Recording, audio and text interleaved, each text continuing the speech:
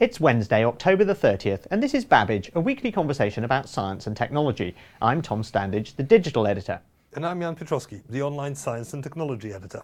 This week we'll be talking about the mystery of dark matter, the mystery of Treasure Island, and the mystery of why traffic slows down sometimes for no apparent reason. Jan, let's start with dark matter. A big experiment has reported today that's been looking for dark matter. What have they found? Well, the short answer is nothing. And that is at once a disappointment, but also quite encouraging in a way, and very promising for many scientists, because scientists like negative results much more than the reporters do. So what happened was there's this big experiment which is hidden in a mine in South Dakota at 1,500 meters beneath the ground, in order to basically screen the experiment from incoming cosmic rays, solar radiation, and other things that might obfuscate the results and basically pretend to be dark matter, whereas they in fact aren't. Now, if the previous results pertaining to dark matter, other experiments which are reported, for instance, in April, that they saw some candidate events, were in fact true, if those results were reliable, this experiment, because of its ultra-sensitive nature, should have seen about 1,500 dark matter events in its core. Instead, it hasn't really seen any. So what does this rule out? This is ruling out a specific theory of what dark matter particles might be and how they might interact? And does this mean that somewhere in the world there are another bunch of scientists jumping up and down saying, yes, this is actually evidence in favour of what we believe?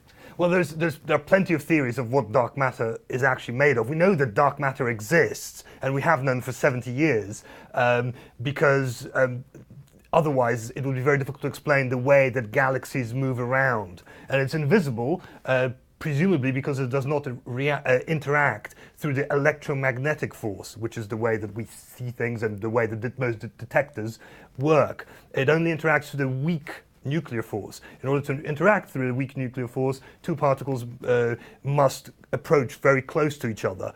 And even if the universe is pervaded with particles which interact in this way, they will only interact with visible matter very rarely, and this is why these experiments are hidden and shielded, and we only count the events in tens or hundreds as opposed to billions as we do in particle accelerators, for instance.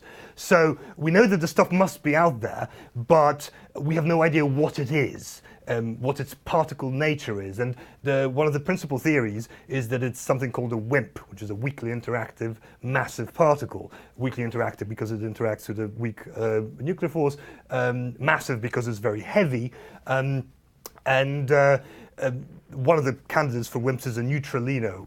It's a particle called neutralino, and it behaves in certain ways according to theory, and theory has it that it really should have produced many more events than what this experiment in South Dakota has seen.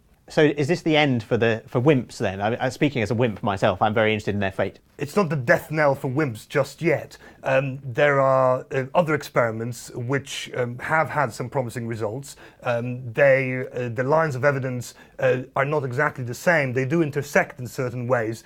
And as a result, the space in which physicists can look for WIMPs is shrinking. If they don't find them, well, it's open season for a new theory to explain the preponderance of dark matter in the universe. Now, there are some mysterious goings-on at Treasure Island in San Francisco Bay. What's going on there, Tom? Well, no one can quite be sure. Essentially, what's happened is that a structure has appeared on this island, which is in between San Francisco and Oakland on the other side. And it's the island that the Bay Bridge sort of steps down on the way across. And if you look on Google Maps, you can see things sort of appearing, and other people have gone out into the bay and taken photographs of this 4-story high structure built out of shipping containers.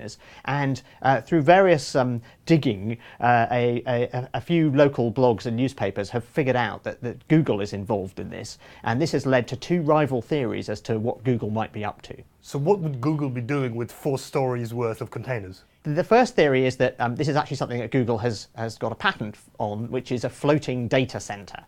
So data centers are consuming more and more power. They account for about 2% of America's electricity use. And so it's not unreasonable for Google and other people who operate these big things to be looking for other ways to do it. So in 2009, Google patented a floating data center that would be powered by wave power, and it would also use the cold water in the sea as a coolant. And this would make a lot of sense. You actually wouldn't be able to do it very far offshore because you would need fiber links back to the shore. You wouldn't be able to use satellite. It simply wouldn't be fast enough.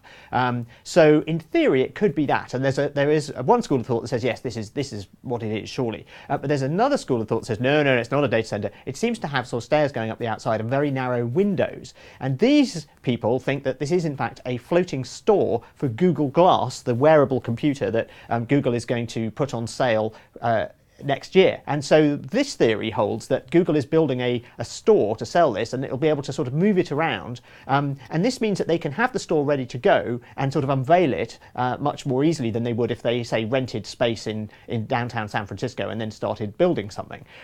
So those are the two theories. To further complicate matters, there's another one of these structures in the harbour at Portland.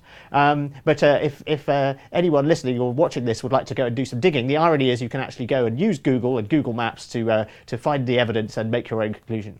Finally, Jan, let's turn to the mystery of why traffic slows down for no apparent reason. This is called a traffic flow instability, and I think it's happened to everyone who's driven a car. You're going along a motorway, everyone slows down, you assume there's been an accident, then everyone speeds up again. And this is evidently a sort of sound wave travelling through traffic. If somebody brakes, the people behind them will brake a little bit more, and the people behind them will brake a little bit more than that, and so it has the effect of sort of amplifying this ripple of slowing down that passes through the traffic. But a professor at MIT has a plan to do something about it. So what's his plan? Well, his plan is basically to avoid this sort of these sort of episodes on Massachusetts Interstate 93, which he takes to work.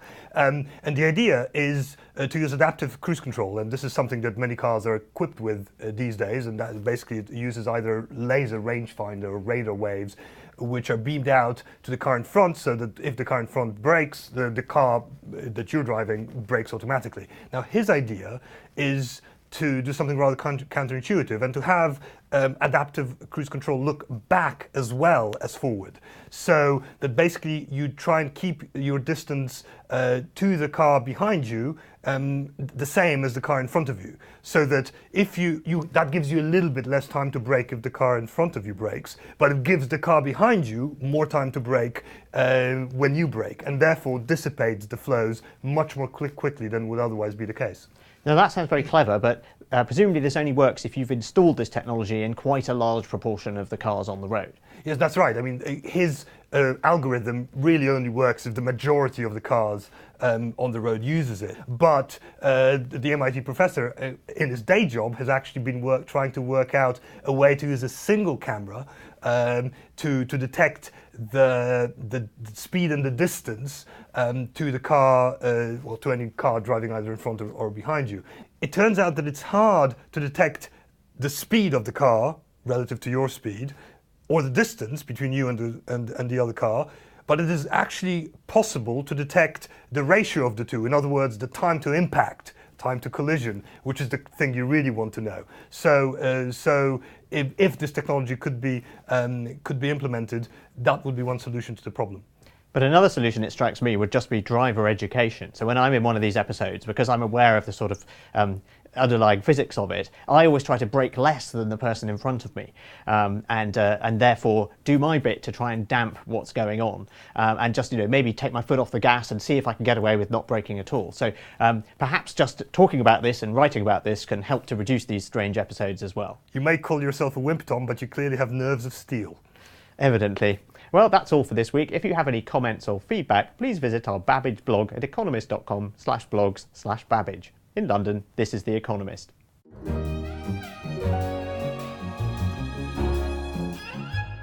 The Economist.